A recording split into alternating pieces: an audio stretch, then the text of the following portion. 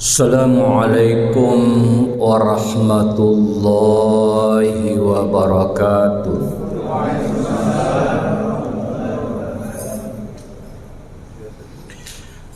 Bismillahirrahmanirrahim. Alhamdulillahilladzi anzalal Qur'an imaman wa hudaw wa rahmatan lil mu'minin. Wassalatu wassalamu ala asyrafil anbiya'il mursalin sayyidina Muhammadin wa ala alihi wa ashabihi ajma'in. Ma'bad. Sebelum saya menyampaikan ceramah tarwih malam ini, terlebih dahulu saya ingin meluruskan meralat tadi oleh protokol. Sedianya Habib Husain malam ini, dan saya sebenarnya di pangkep pabrik semen Tonasa 2, tapi karena pabrik semen Tonasa 2 itu tidak mengundang dari luar jadwal Jumat, Sabtu, Minggu, kebetulan saya Jumat, dan imim mengutus saya untuk mengisi ceramah kita malam ini menggantikan Habib Husain. Saya sebenarnya sudah sering ke sini, tapi mungkin karena pakai masker, orangnya juga besar-besar kayak Habib, sehingga protokol tidak tahu kalau saya sudah sering ke sini nama saya ini. Jadi saya itu Syarifuddin Ondeng. Ya. Baik. Al-Quran adalah kitab suci bagi umat Islam. Al-Quran adalah pedoman hidup, jalan hidup, way of life. Artinya segala sesuatunya kita diatur oleh Al-Quran. Ma farratna fil kitabi min syai'. Tidak ada sesuatu yang ketinggalan sedikit pun dalam Al-Quran. Hanya Al-Quran itu tidak menjelaskan secara detail.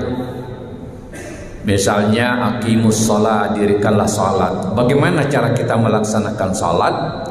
Rasulullah sallallahu alaihi wasallam memberikan keterangan, sallu kama raaitumuni usalli. Salatlah sebagaimana engkau melihat aku salat. Itulah Al-Qur'an. Al-Qur'an adalah mukjizat. Kita tahu para nabi itu ada mukjizatnya, tapi kita Muhammad sallallahu alaihi wasallam sebagai rasul dan nabi terakhir, mukjizatnya Al-Quran. Biasanya mukjizat itu turun untuk menantang, ya seperti dulu Nabi Musa. Nabi Musa dulu itu hebat main sihir, tapi dikalahkan oleh tongkatnya Nabi Musa. Ya, dalam riwayat itu Nabi Musa saja ketika dikepung oleh Fir'aun dengan bala tentaranya, dari belakang musuh, dari sebelah kanan musuh, sebelah kiri musuh, turun ayat fadrib bi'asakal bahr. Ya Musa, pukulkanlah tongkatmu, karena ini sudah di hadapannya laut. Begitu dipukulkan tongkatnya Nabi Musa, begitu terbelah laut. Maka Nabi Musa berjalan bersama dengan emaknya disusul oleh Fir'aun dengan bala tentaranya. Pas tiba di darat, Fir'aun dengan bala tentaranya berada di tengah laut. Allah mempertemukan kembali. Ini mukjizat Nabi Musa dengan tongkat untuk mengalahkan bahwa pemain-pemain sihir pada saat itu tidak mampu mengalahkan tongkatnya Nabi Musa. Itulah mukjizat. Kita tahu bangsa Arab adalah bangsa yang luar biasa dalam hal sastra, bahasa. Hebat dia, ahli sastra. Nah, untuk mengalahkan kemampuan mereka bangsa Arab, maka turunlah Al-Quran sebagai mukjizat. Karena itu mukjizat Al-Quran itu mampu menantang dia punya kemampuan bangsa Arab. Bayangkan di dalam ayat itu mengatakan, Kul la ini jitama'atil insu wal jinnu ala ayatu bimithli hadal Quran la ya'tuna bimithlihi walau kana ba'duhum li ba'din zahira. Katakanlah, jika seandainya bangsa manusia dan bangsa jin berkumpul untuk mendatangkan semisal Al-Quran, la ya'tuna bimithlihi, pasti tidak mampu mendatangkannya. Walau kana ba'duhum li ba'din zahira, meskipun berkongsi bekerja sama antara jin dan manusia, pasti juga tidak mampu. Ini menantang dia. Kemudian di belakang, karena tidak mampu mendatangkan semisal Al-Quran, datang lagi tantangan yang kedua. Kalau memang tidak mampu mendatangkan semisal Al-Quran, maka faktu bi asyri suwarin, tidak usah sama dengan Al-Quran, cukup 10 surah saja. Kita tahu Al-Quran 114 surah, 10 saja surah juga tidak mampu. Kemudian karena ketidakmampuan mendatangkan 10 surah, maka tantangan yang ketiga, faktu bi suratin, kalau bisa tidak mampu 10, coba datangkan 1 surah saja. Itu pun 1 surah tidak bisa. Mengapa? Karena Al-Quran itu adalah kalamullah yang diturunkan oleh Allah kepada Nabi Muhammad dengan perantaraan malaikat Jibril, selanjutnya disampaikan kepada umat manusia. Itulah menjadi pedoman hidup. Bagaimana mungkin bisa tertandingi si pencipta dengan makhluknya?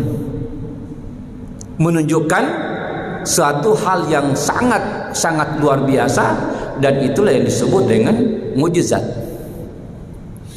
Mukjizat yang terjadi hanya kepada para nabi dan rasul.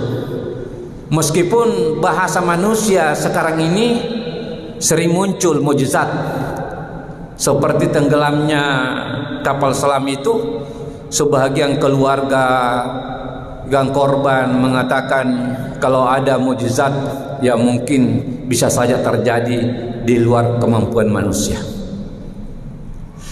Masyarul muslimin rahimakumullah. Oleh karena itu, kalau begitu apa fungsi Al-Quran? Kalau kita kaji Al-Quran, telah Al-Quran banyak sekali. Antara lain, Al-Quran berfungsi sebagai dzikr, adzikra. Apa itu dzikir? Pengingat. Mengapa? Karena banyak manusia lupa dalam hidup ini. Bahkan ada manusia kadang-kadang kalau hidup mewah sudah lupa kematian, seolah-olah ingin hidup 1000 tahun lagi. Itulah sebabnya maka manusia itu dalam Al-Quran disebut dengan insan. Itu insan itu dari bahasa Arab, dari kata nasia. Nasia itu artinya lupa. Jadi bukanlah manusia kalau tidak pernah lupa. Al-insan mahallul khata'i wan nisyan. Manusia itu tempatnya salah dan lupa. Jadi kalau ada orang suka lupa, itu wajar. Bahkan ada juga bercanda Katanya profesor itu suka lupa, bukan profesor kalau tidak pelupa. Ada cerita mengatakan bahwa seorang profesor membawa istrinya pergi di pasar. Dia lupa kalau istrinya dia bawa pulang. Tiba di rumah baru ditanya sama anaknya. Dia bilang, "Pak, mana mama?" "Oh ya, saya lupa," katanya ya. Pikiran saya secara rasio mengatakan ibaratnya file ini kepala sudah penuh syarat dengan informasi, file sudah penuh, jadi kalau masuk tertumpah ya. Itu perumpamaan saya. Karena terlalu banyaknya dipikir, terlalu banyaknya hal yang pada hati kita punya akal otak, sehingga sering lupa. Saya sendiri paling sering, kadang-kadang kacamata sudah pakai setengah mati cari, kadang-kadang pegang kunci kendaraan setengah mati cari, ternyata saya lupa. Masyarul muslimin rahimakumullah, itulah dzikir pengingat. Karena itu sebagai manusia ingat bahwa suatu ketika kita akan kembali. Dunia ini hanya sifatnya sementara. Apa yang bisa kita lakukan di dunia ini sebagai persiapan menuju negeri akhirat, negeri yang kekal. Karena kita hidup di dunia hanya sifatnya sementara.